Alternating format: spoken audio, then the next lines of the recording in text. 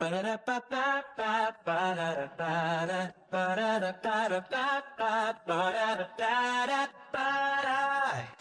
it up, don't crash today. Wi-Fi's moody, that's okay. Coffee's loading, brain's still light. Callie's locked in, Techie's tagged. We're logging in with Callie and Techie. Callie bringing culture. Techie talks Techie. Stories, culture, updates too. It's logging in, brought to you. System ready, slightly unstable. You're logging in for vault, boredom not found. You're logging in, best show around.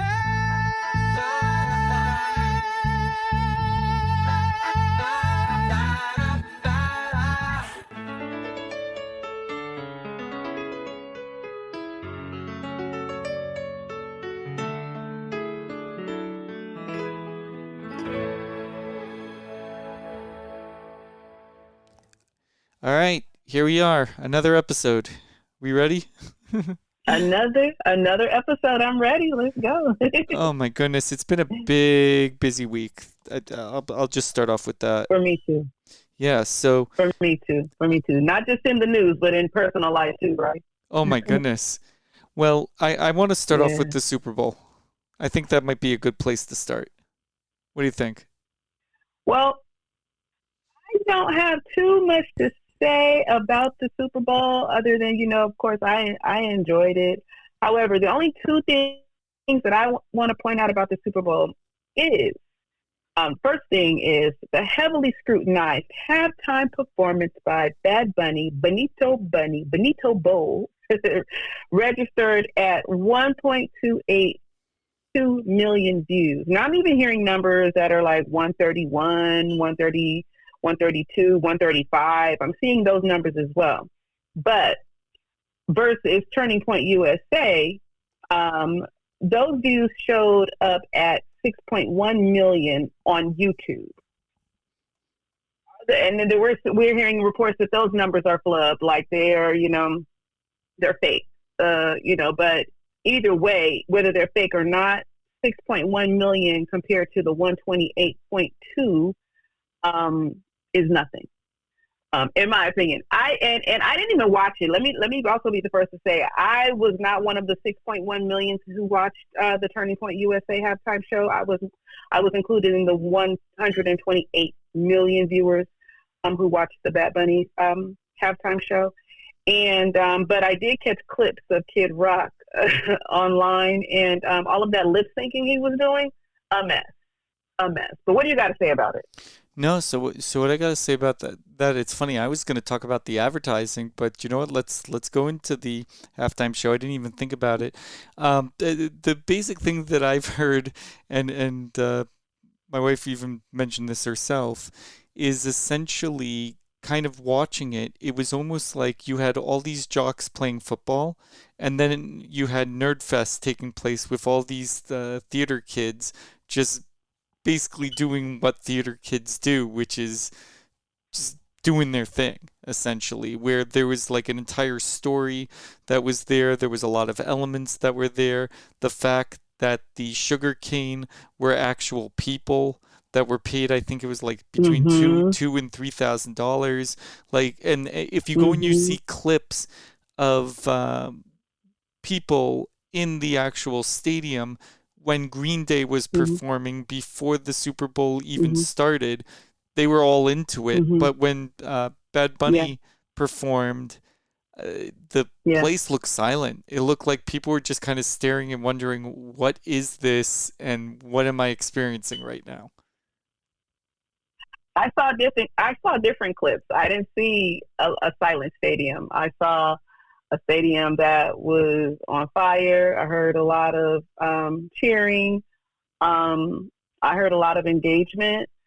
So I didn't see a silent crowd for Bad Bunny. There's a lot of behind-the-scenes clips of people just staring.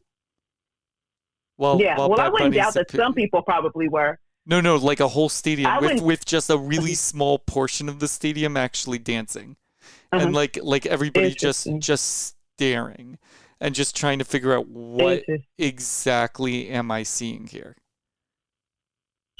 Well, I mean, America. Those who were just staring. I mean, you would think that you're not from America. I mean, this is a part of America. This is a part of the diversity of America. So to act as though you're stunned and you don't know what you're watching is interesting. But then you go home and you eat salsa and nachos and guacamole and tacos and all that. But when it comes to a Latin performer, all of a sudden you don't know what's going on and you don't know what you're watching and you're standing there like you don't know what to do. Move your hips. Right. Move your hips. Snap your fingers. You know, I don't know, but don't act so clueless. Like, hey, what is this? We've never seen anything like this before. Sure, you have. You just never seen it at the Super Bowl. Right. And it was You know? just Yeah. almost the amount of nuance that was part of it, especially the fact that there was a live wedding that took place. Yeah. Yeah. Yeah. Because I enjoyed it. I saw an interview of the I forget what they call it, pastor, is that the right name? Who? I don't know, the person that goes and weds the people. Oh, a pastor, a magistrate. I mean, they have different names. I don't know. Like Jewish But weddings, you have a rabbi or whatever. I don't know. Okay. But whoever the person that does the marrying went and said that they had to go through rehearsals to go in to make sure that they got the whole scene correct, but it was also a real wedding. Yeah. Yeah. And I mean, because also, yeah, they're having a real wedding, but it's, you know, everything is timing, right? What do you have, like 12 minutes? So, you know, you're going to have a real wedding, but, you know, you're going to fit it in. They had to fit it. To be able to, and to be able to make history. I mean, it was already history as the, you know, the first Latin performance like that at the Super Bowl. That was already history in itself. And then to have a wedding take place, I mean, you're a part of that history. And depending on who you are, you're gonna make it fit. Even if you have something more traditional for the family at a later time, who's gonna pass on the Super Bowl? No, it sounds like they're not doing something more traditional because Bad Bunny signed the certificate as witness. I don't know. Maybe they're going to have something with their family, though. You know, a reception or something. Sometimes people, when they go away. No. Did you hear how the whole thing came about? I didn't. Okay, this is actually pretty big. So sometimes people, when they get married, they think, how funny would it be if I go and I send a wedding invitation to my favorite celebrity, right? So they send. Bad Bunny gets wedding invitations all the time. So this particular wedding invitation, he went and basically said to them listen, the only way that I'll attend your wedding is you drop your wedding and you bring the wedding to the Super Bowl. Oh, so they had a contract. Well, they basically, he went and he said like, hey, if you're willing to change your wedding venue to the Super Bowl, then I will be at the wedding. Yay. Well, I guess you can't beat that, because if the only thing that you were trying to do is do a what if, and wouldn't this be funny, and you send an invitation to one of your favorite artists or entertainers, and then they accept, with the exception of you altering your wedding plans to have your wedding at the Super Bowl, I mean, that's probably beyond somebody's wildest dreams, let alone a dream come true. So right, but as a result, they basically had to from what I understand, is that they had to rush through the thing because they had to do the ceremony. They went right to the first dance, and then they went right to cake. Yeah. There was. I mean, the reception was in a very short period of time. Yeah, I honestly would not be surprised if at a later date they had something private, a ceremony with their family to celebrate them coming together in marriage. Not necessarily a wedding ceremony where an officiant has to, you know, have them take their vows again and say, you know, now you are really officially married. But a reception, just a party to celebrate them coming together. I would not be surprised if they did something like that. Not the same day, but, you know, at a later date. Yeah. But either way, I'm sure they both went to bed with smiles on their faces. Oh my goodness, yeah. No, the whole thing. My good gracious. And then here's the other thing that's really interesting is, again, just like looking through social media, all those different Yeah. booths that they had when he was going and running around are actual restaurants that you can visit. Oh yeah, I saw one of the taqueria places that was represented. That's actually in Los Angeles. I forgot what it was called. I have no I idea. forgot, but yeah.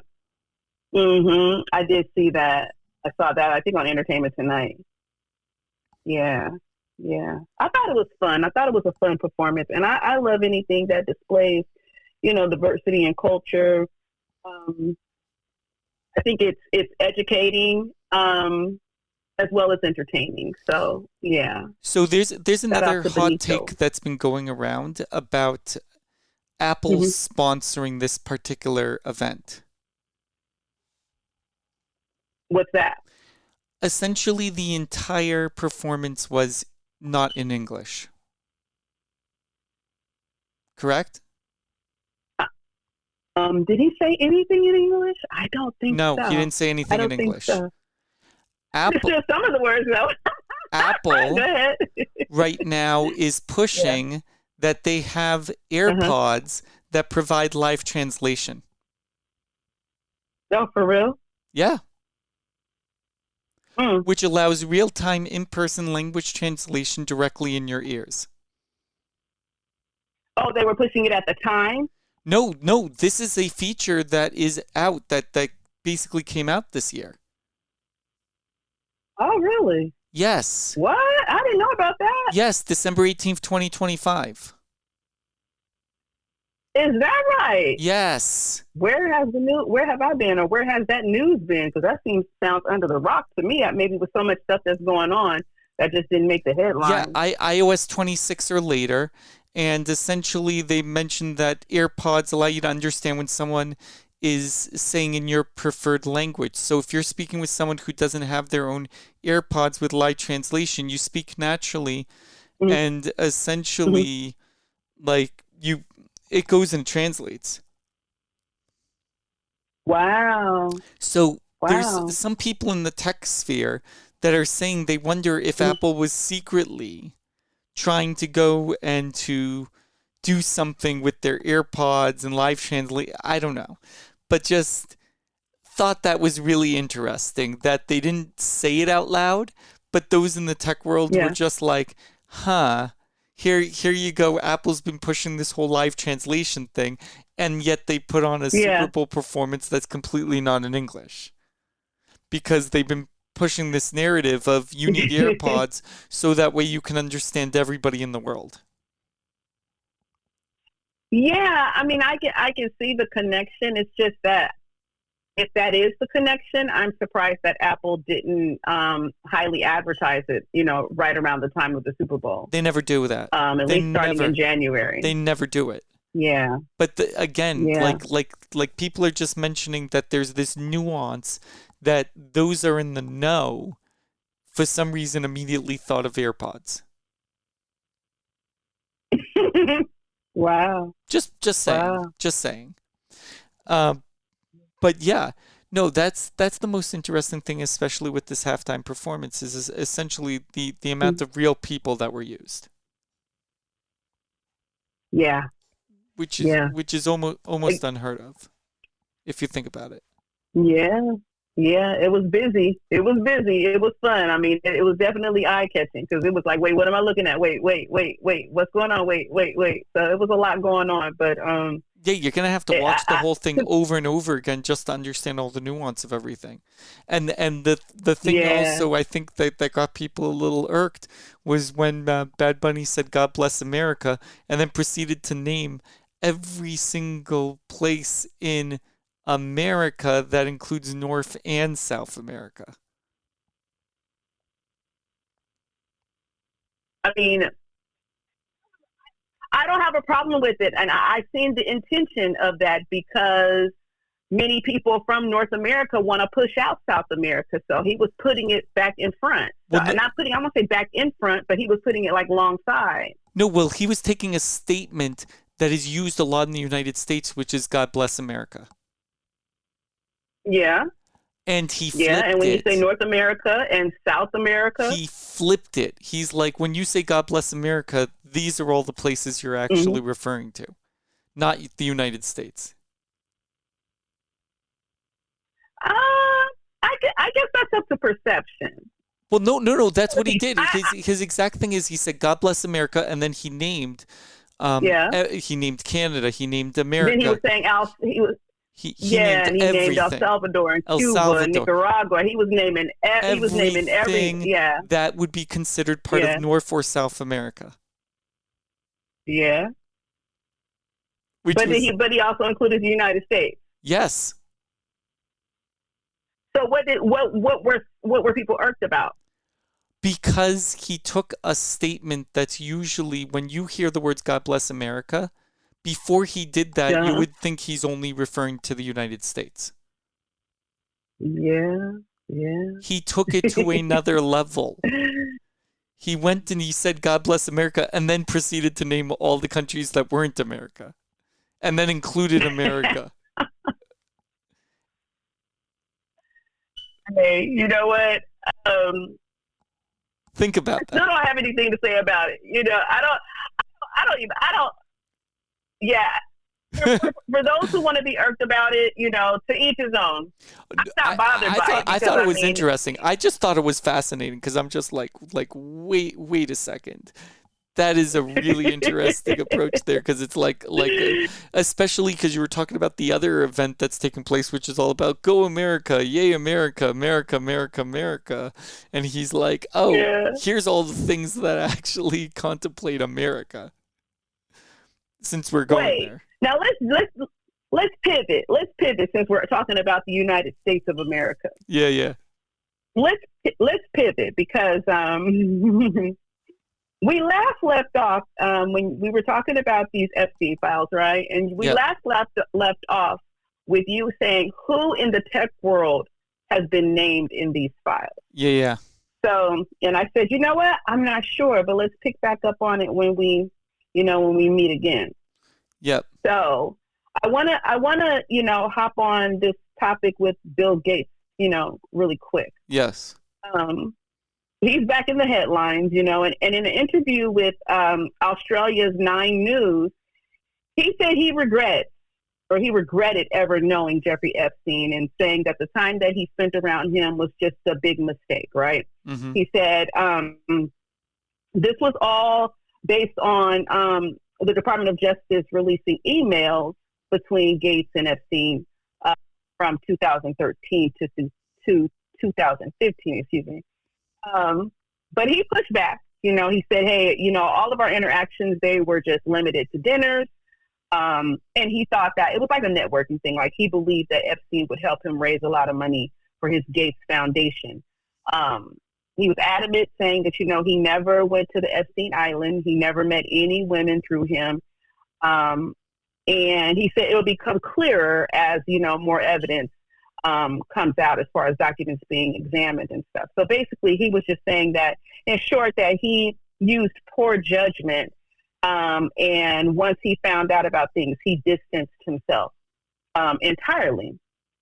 And my thing about that is like, okay, so, because I watched it, not only read about it, but I watched his interview, and I was just like, okay, so you regret spending time with him, and it was only dinners and everything. But to me, it's like, that's not really comforting, because he still chose proximity. Like, well, I'm not going to go there with you, but I'll go this far with you, but not that far with you, So, and according to a report that came out today with CNN, supposedly there was an investigation going on in the mid-2000s, and Donald Trump, or President Trump, he called the Palm Beach, Florida Police Department, saying, quote, "Thank goodness you're stopping him. Everyone has known he's been doing this." And it's just like, yeah, everyone has known that he's been doing this. So, talk about put your foot in your mouth. And So again, that goes back to what I was saying about Gates. I want to go back to him. I don't want to focus on the president, but that's just something that came out today. But it's just like, okay, again, you're choosing proximity, because if that was the case, now he didn't say Gates knows, but he said everyone knows. He's generalizing as far as what Trump said. But again, you're choosing proximity, because depending on what a person is being accused of or their lifestyle, I'm not even going to have dinner with you. I'm just not going to associate with you. So it doesn't really change things in my eyes, if anybody wants to believe that, because everybody is just basically trying to drill it down to, oh, well, we were just networking, and just trying to raise money. But to me, it just sounds like people, they were just, willfully putting their blinders on, if we were to believe that is to be true. So no, makes sense. Back to, so where we left off, as far as who in the tech world has been named, aside from Elon Musk, it wasn't really much about him. A couple of emails back and forth. He asked, one night him and his wife were going over there to the island for dinner, and he asked, what is going to be the wildest day / tonight party that you're going to have, because he wanted to make sure he was going to be there. What does that mean? You can't really read anything into that. It could mean exactly what he said. It doesn't mean anything outside of what's the wildest night. We don't know what the wildest night would have included. However, though, as far as Gates, it's just like, yeah, you were just networking. Okay. So yeah, that's who has been named in the tech world that stuck out for me. I mean, Reid Hoffman. Yeah. I mean, being the CEO of LinkedIn, like that was a big deal. Mm-hmm. And what's going on with him? Oh, like essentially is the co-founder. Was he named too? There's so many emails about him. There's just so many different things I'm trying to find. I'm just literally looking through the emails right now. Reid Hoffman, hi from Indonesia. And then Epstein going and saying, liked your interaction, he's really fun. The information contained in the communication is confidential, maybe attorney-client privilege, blah, blah, blah. You in New York City generally these days, great. Literally, they were having conversations. Yeah. Yeah. Yeah. And then you got Peter Thiel, who basically co-founded PayPal. There's a lot of names in here. And everybody is just networking, right? Supposedly. Just business associates, just networking. Yeah, that's the going and growing theme. That's the going and growing theme. Yeah, I have some other topics, but what else have you been seeing outside of the Epstein files? Anything else? I want to go back to the Super Bowl just for a second, because essentially what I wanted to talk about with the ad side of things is that essentially you got two separate YouTubers that are basically putting on $1 million contest. You have basically you have Mr. Beast, who is very famous in the YouTube scene. And then you have Rainbolt, who is really famous for, if you take a picture of anything, Rainbolt will figure out exactly where you're located.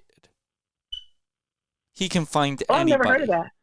You have to look up Rainbolt. Trevor Rainbolt, he plays this game called GeoGuessr, where essentially you look at the background and then you can. He's really good. He will study wallpaper. He will study flooring. He will be able to figure out exactly where something's located. So with Mr. Beast, the way that it works is you have to solve this elaborate puzzle that everybody's trying to figure out what exactly the puzzle is. And the first person to go into Slack him will receive $1 million.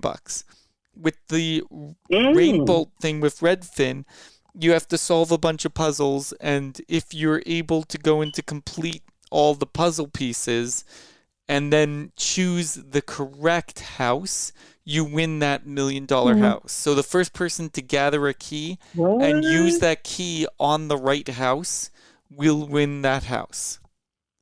And Redfin said they're going to pay the taxes. I did not see this going on. It took place during the Super Bowl. They're going to pay the taxes? Yes. I didn't see that going on. Really? There were 2 commercials. And they were very heavily focused Oh, on YouTube personalities. And if you weren't in the know, you wouldn't have realized what was going on. okay. That includes me because this is my first time hearing about it. So as a result, there's a massive Did search. anybody win? Well, Redfin, as far as that's concerned, there have been 5 pieces of the 6 keys that have been found already. So whoever finds the 6th key is going to have the first opportunity of choosing, hopefully, what might be the $1 million house. And if they get it wrong, the next person to find the key is going to be the next person that's going to get to choose.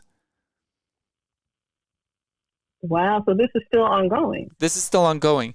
And with the Mr. Beast one or whatever, they're still trying to solve the puzzles and stuff.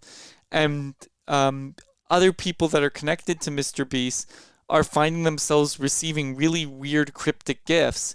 So essentially, not only are you looking at what Mr. Beast is doing, but you have to figure out what everybody that's ever been associated with Mr. Beast is doing because they made this super hard. Wow. Wow. Yeah. Really. I mean, Mr. Beast is, wow. Imagine trying to gather all of that information. I mean, he's been doing so for years now. Oh, he knows exactly what to do because he basically put a call out and said, hey, if there's anybody that's willing to do a Super Bowl commercial with me, I have the ultimate Super Bowl commercial.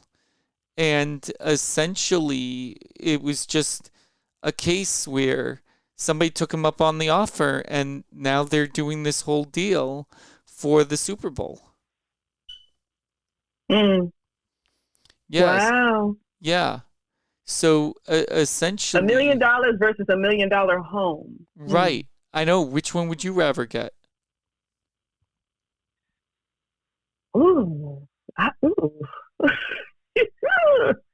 You know, that's a tough one considering the economic times that we're in. And that's going to lead me to our next conversation or topic. But staying on this for a second, I don't know. A home versus $1 million. Yeah, because Salesforce is putting on the $1 million and Redfin is putting on the home. Yeah. And they're going to pay the taxes for the home? Yes. But they what did do they not pay the say they're taxes going to for? pay the taxes for the Salesforce one. Which is the $1 million. Right. Yeah. Thought about that. Tough yeah. one. It's a tough one. I might go ahead. Yeah, it's a toughie. It's a toughie because where is the home? You know, where is the We don't know. I would We be considering don't so many know where things the like where's the home is. home located, you know? Well, I mean, I so, don't know. I so would need far more information. looking at the clues or whatever, they're saying the home is located in between 4 states. So we know that much. Mm. But it's an actual Yeah. home. Supposedly it's an actual home. They know the amount of bedrooms it is. They know, I mean, these clues have been unbelievable. Just the fact that they've been doing this. But it's just interesting that 2 different YouTube influencers, or like one I guess you Yeah. could consider an Instagram influencer, but social media influencers are taking over the Super Bowl.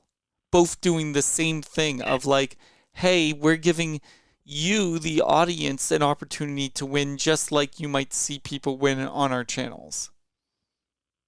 It just shows you that, you know, again, how times are just constantly changing and leaning more into, you know, influencers, new media, streaming, you know, and making them regular. I don't necessarily, I want to necessarily say household names, but putting them in front of people who still watch television, you know, who may not be streaming all the time, who may not be on these social media platforms, because to make them a part of the Super Bowl and having a large contest like that, and then it's still going, but it started as a result of the Super Bowl. I mean, that's pretty big, and that just shows you how times are changing. Influence-wise. I mean, even look at the halftime.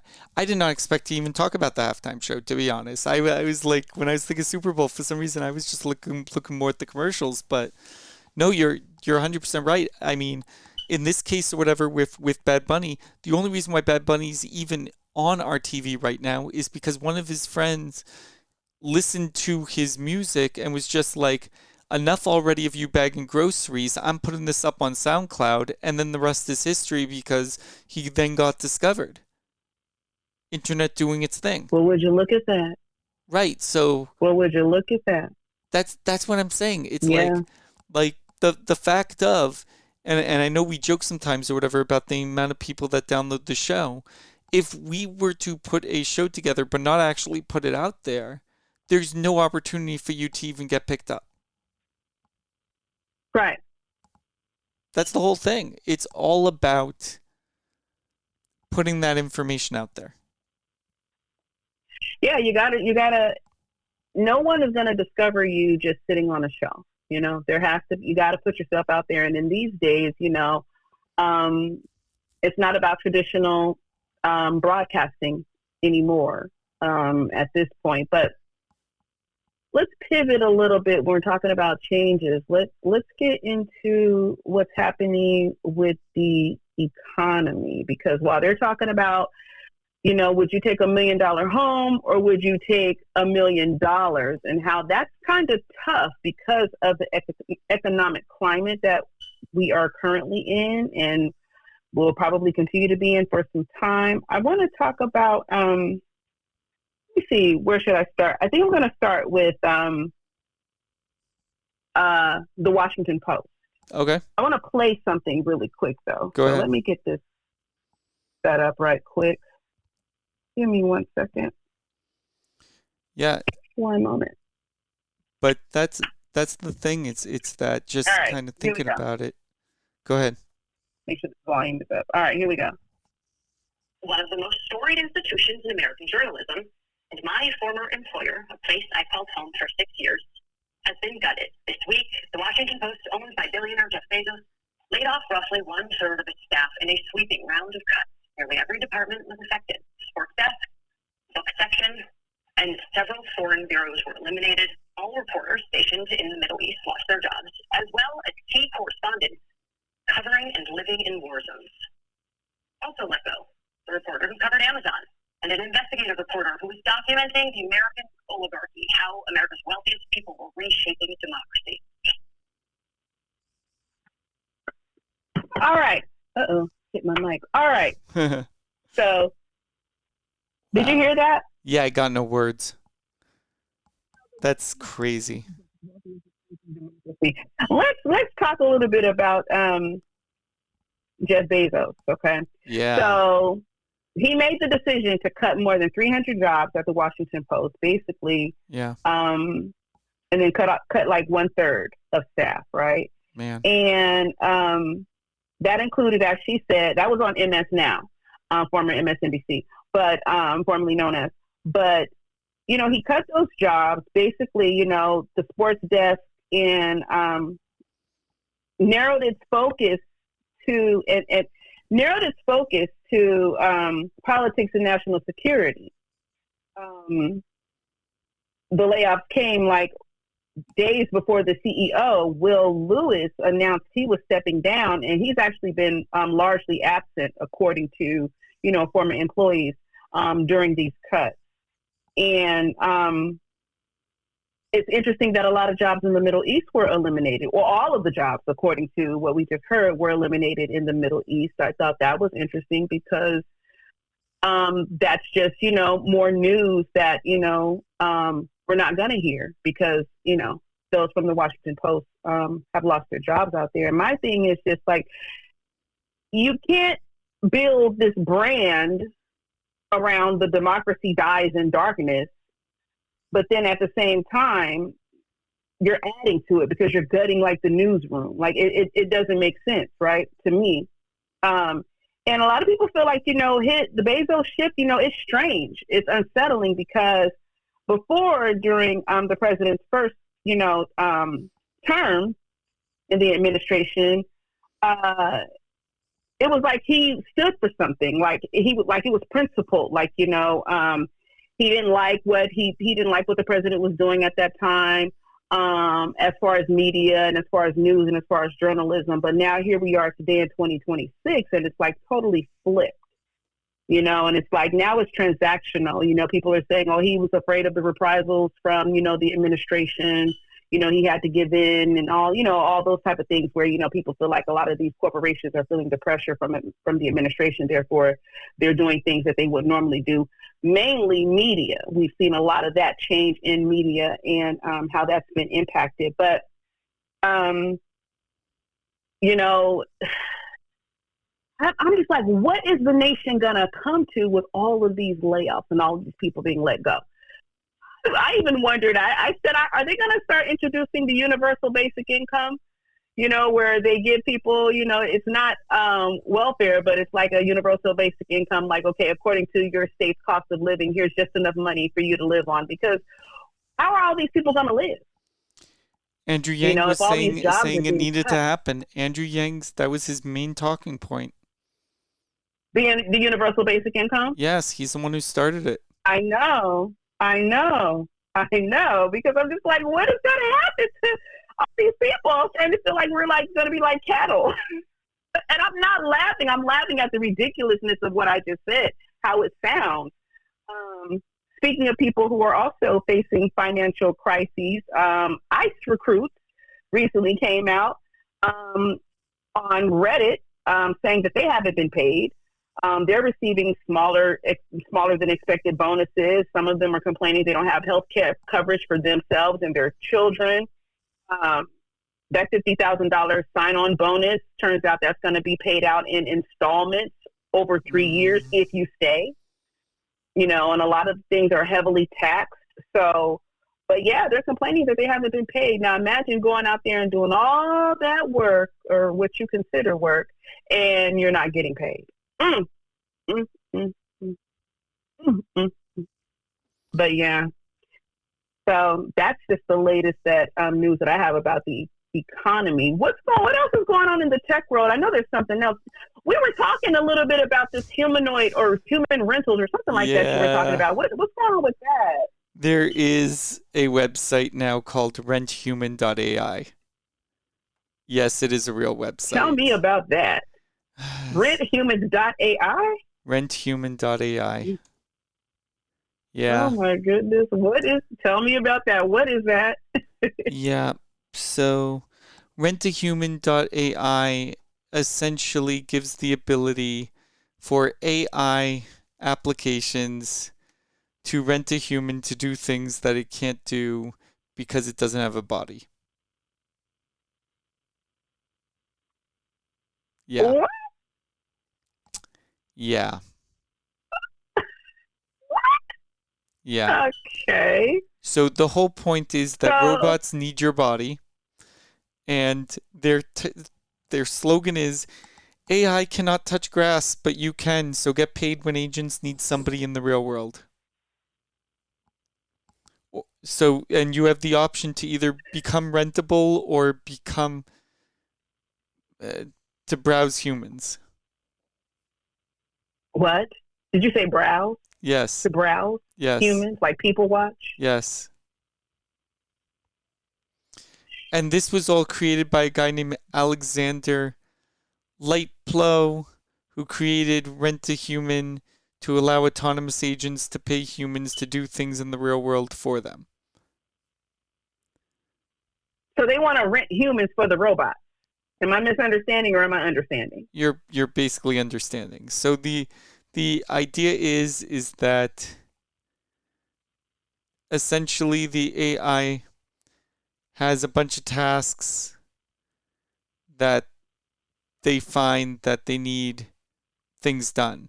So let's say, for example, you're working with AI agents and the AI agents realize that, oh, okay, someone needs something printed at a certain store, et cetera, et cetera. So the AI will literally come up with something. So like, essentially, there's a task like hang Valentine's conspiracy flyers all across San Francisco, and it says pick up printed flyers in 995 Market Street, hang them in high traffic locations in San Francisco, 50 cents per flyer hung, photo proof of each required, must clearly show the flyer posted in a public spot, and then has a list of target areas.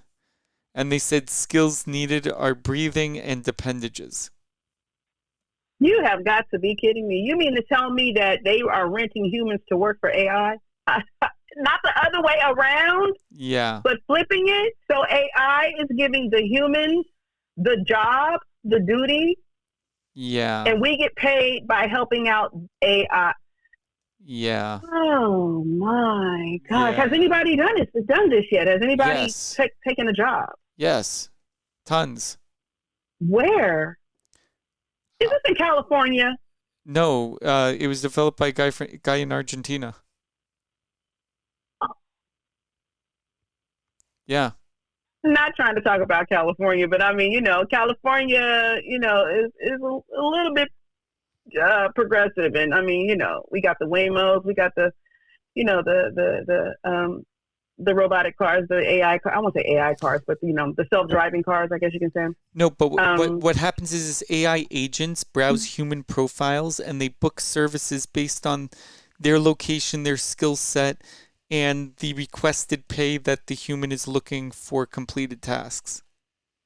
I was just gonna say, and what are the pay rates? Are they saying anything like ranges or anything? You said it. You said it.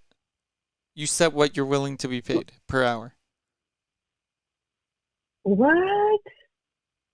That's crazy. Yes, so this guy named Alex. Who are these robots? Who are these AI agents connected to? Are they connected to businesses? What's going on? I mean, anything AI.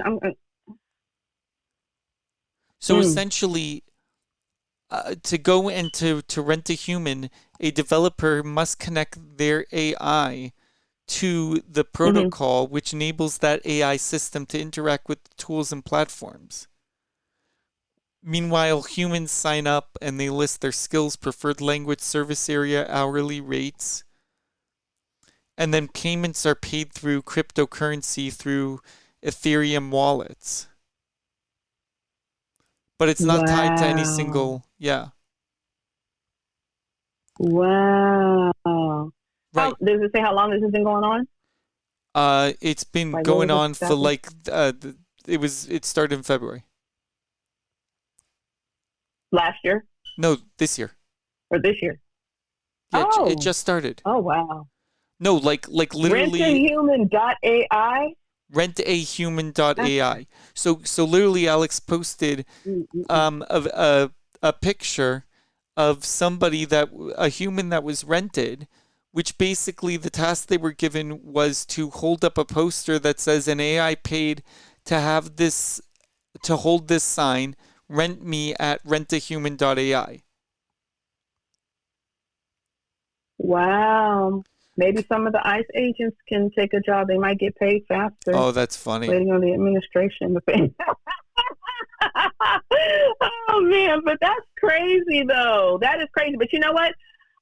Not even to make light of it, because, again, getting back to the economic state that the country is in, I mean, like gig work, I'm not going to say it's dead, but like the DoorDashes and the Uber Eats and all of those, there's not any money because people are not really, shopping like that, ordering out like that. I've been coming across a couple of videos where just looking at what people are saying and where it was really, hot during the pandemic, it has completely slowed down. And like, the money that these restaurants are paying out, it doesn't balance out for the mileage. It's right. like go 15 miles for $8. Like it with gas, it's not working out. So a lot of these gig workers are like finding themselves, back at the drawing board. Like, I need a job, and then look at the job market. Crazy. Right. So now this is basically, they're saying this is what the future job market's going to be, which is you figure out a skill and then AI figures out where to place you. Think about it that way. Absurd, right? Oh, wow. Yeah. Yes. Absurd. Very much. But yeah. Never thought I'd hear that one. Yeah, no, that's Never thought I'd hear that one. on-demand labor. I mean, you're going to be hearing more and more about this particular company. It's going to be more. It's the answer of what's happening. Mm, until mm. the AI figures out how to have human bodies. Oh gosh. Hey, Yeah, I wanna pivot again right quick. I wanna just jump really quick on this video, this video that was posted by the president, that depicted, it was a Democratic video where a lot of Democrats and stuff representatives were, certain animals in the jungle or what have you. But then Barack and Michelle Obama, they were pictured as monkeys and apes, as a monkey and an interesting. ape. And supposedly it was from the movie Lion King. However, Lion King has nothing to do with monkeys and apes. Anyways, that was like the first, I guess you can say, reason that Caroline Levitt gave, his press secretary. And, then she downplayed it like that. I mean, and aside from her, the bigger thing about this, aside from it being, just ultimately blatantly racist, that when President Trump was questioned about it, he said that he didn't watch the entire video. He said he only saw, the opening portion, which was debunking, the claims about the 2020 election. And according to him, he didn't notice any offensive imagery at the end until after the backlash had started. But then it's like, okay, so will you apologize? He said no, because I didn't make a mistake. Right. And my thing is, first of all, you flip-flopped all over the place with what type of video it was. And all of a sudden it was a staffer. And who's the staffer? We still don't know. And you're blaming it, saying that a staffer put it out. And the thing is, so I'm struggling with the fact that he said he didn't watch it. That's his whole defense, that he didn't watch it. Now, you're the president, the most powerful public figure, I guess you could say, in the nation, or anyone, for that matter, who has a massive platform. You're just going to hit share without watching the clip and then say, oh, that was a mistake. Like, who? I'm not going to say who would believe that, but I'm saying if anyone believes that, I don't, along with many other people are saying, like, yeah, right.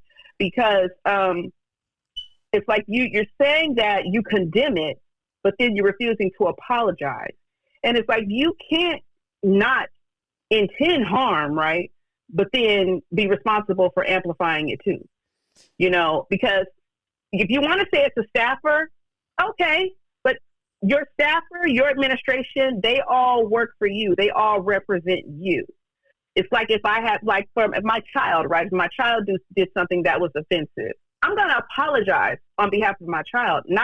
They will apologize as well, but depending on the age, I'm going to apologize for my child because my child represents me. Your staff, your administration represent you, and you can say on behalf of my staffer, I do apologize. But it's typical. Did we expect him to apologize? No, I would have been surprised, and I wouldn't have believed it either way. And but I just thought that was Tim Scott, Representative Tim Scott. He said he believed that he felt like it was one of the most racist things he ever seen come out of the White House. And I'm just like, where have you been? Have you been asleep? This was the most racist thing. But yeah, I'm gonna let that alone too. I just wanted to point out the fact that the administration expected us to believe that, oh yeah, he didn't watch it, and it's like, okay, so again, you're one of the most, if not the most powerful person publicly that we see, in the nation, and you just let someone post whatever on your platforms, and you have no idea what they're posting. Yeah, right. So, just wanted to throw that in there really quick. No, I think that's just interesting as far as that, because one thing to just note, and this has been coming up a lot, where it's like people have so little attention span that it's like, it's sad, but it's probably true that there are some people that will watch something and they will not watch it fully, but they'll see a part that they're like, oh, I agree with that, and then they'll post it and then not even realize what they posted. It's messed up. Well, here's the thing too, though. One of the posts was a still shot. It wasn't even just a video. It was a still shot. And it was the Oh. still shot of Barack and Obama as monkeys. Okay, well then that's a totally different Yeah. story. That's a totally So, different story because I was just gonna say like yeah. okay. Yeah. So it's like, no, nobody's buying that. We're not buying it. We're not buying it, Mr. President. We're not buying it. But yeah. The last thing I have is just a really quick highlight that just came out about these Epstein files. Do you know that newly released documents from the U.S. Department of Justice indicate that the draft statements regarding the death of Jeffrey Epstein were dated August 9th, but he didn't pass away until August 10th. So how are you preparing a death draft or certificate draft the day before he dies? Interesting. How's that possible? What? Don't mind my laughing. Please don't misunderstand. I laugh at the ridiculousness of things. It's just like, hold on. Not the day of, not the day after, but the day before. So on August 9th, they prepared they drafted the statement regarding his death.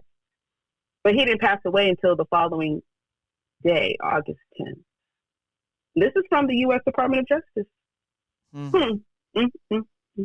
That's all I got.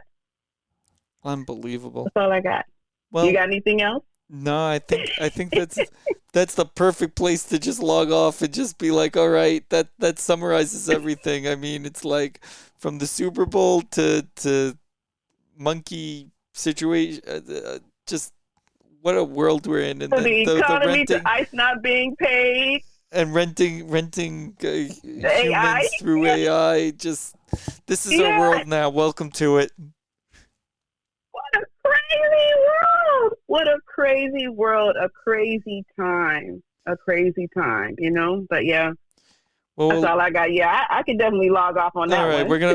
we're gonna log off, and we'll log back in and later and see what exactly is going on. But at least glad that people are tuning in and hopefully gaining something from this, or at least starting to prepare their Yes. bunker. Ooh, we don't want to get into that type of news. That's a topic within itself. All right, we'll log off. We'll see you later. All right, I'll talk to you later. Okay, bye. I'm logging off.